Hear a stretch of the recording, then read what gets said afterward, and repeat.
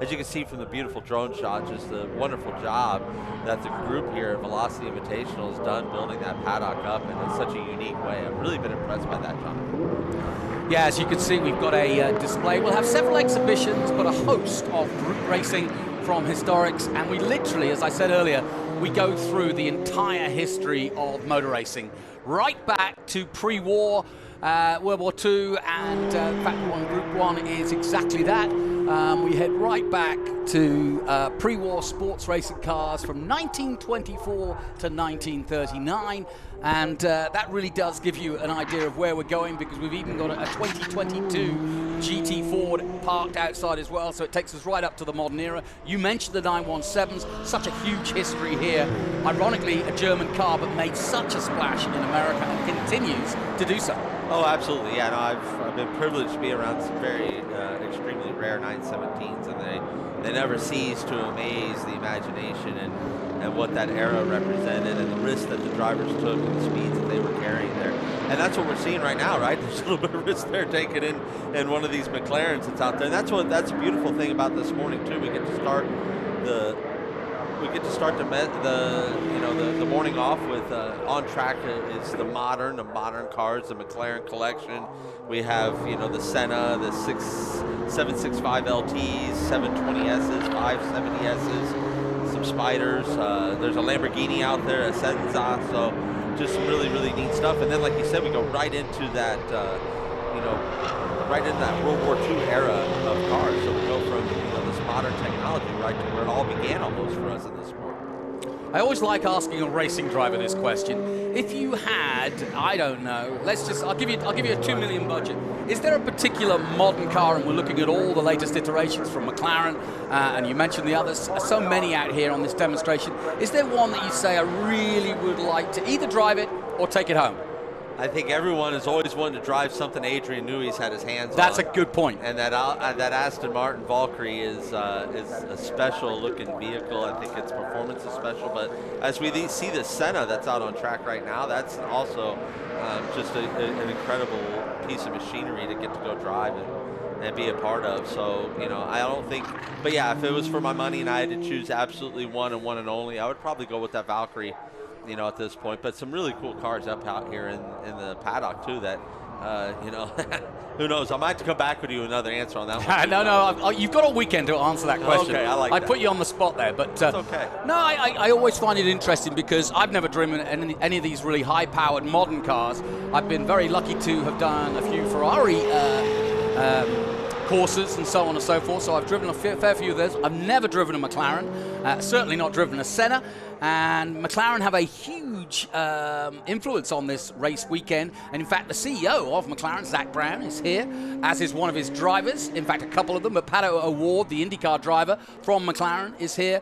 Zak's driving himself, and we've even got a former world two-time champion, Mika Hakkinen, here as well. Delighted to have all of them on board, especially when you figure that right now in Sao Paulo, the McLaren F1 team is racing. So for Zak to be here and let the team get on with it is quite a privilege. Yeah, I believe this is the second time he's missed a Formula One weekend to be at a historic, so it shows what it means to Zak, Brown, to be here and to be involved in these, and that shows you the passion for the man. The man didn't get involved in motorsports just because of the business of it and the value that brought and the lifestyle it's provided for him. He got into the sport because he has a passion for it, and that passion has driven all the success that he's had and enjoyed, and now he gets to at these historic events really gets to reap the benefits of all that by driving these cars that he admired as a young boy growing up.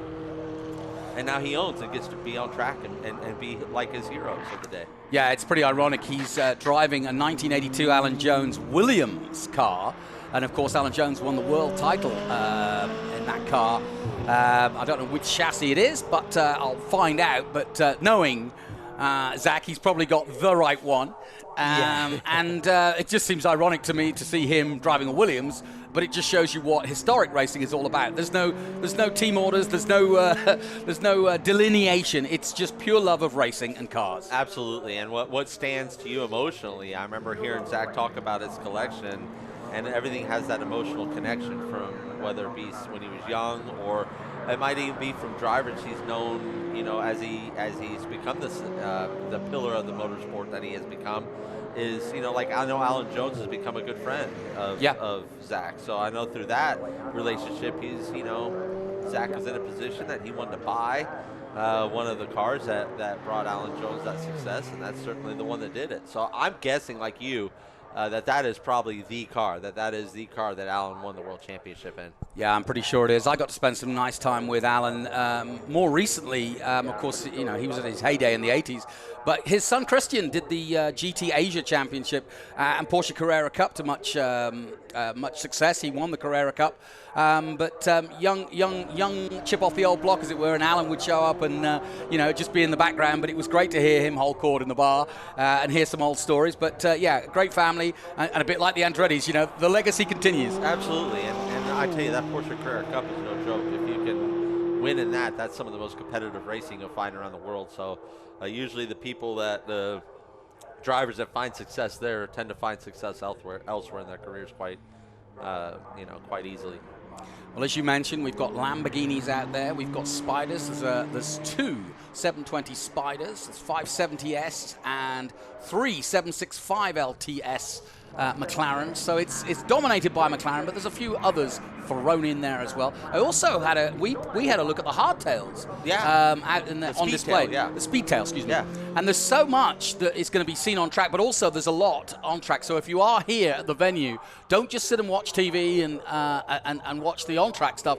Definitely get them out amongst them in this paddock, which is so well set up, and get amongst some of these cars and really learn a little bit about the history. The beauty of it is you can go up to the cars, you can go up to the drivers, and you can really learn a little bit about it. And the stuff for the kids as well, and the playground where we were just doing our links for the opening. There's plenty for kids to do. So it's a family affair. The sun is out. It's November. Perfect. Absolutely, and I couldn't agree more. And also, when you're looking at these, the checkered flag is out on this session for the luxury collection, but the numbers have a significant point to make on the McLaren. So when you look at like a 570, that's 570 horsepower, 720, 720 horsepower, 765, so on and so forth. But then there's the LTs that you see. That's long tail. So that means it's a long tail version of that. So the 765 LTs, there were three of them out there, a long tail version. So then you see the Spider is in there, and then that was I believe a 570S that was just in front there at the beginning of that silver one that came through. So like Jonathan said, get out here and get a closer up. I mean, you're never going to get, first of all, to get close to a speed tail is so rare, and then to have four of them there that you can drool over is even a more rare fate.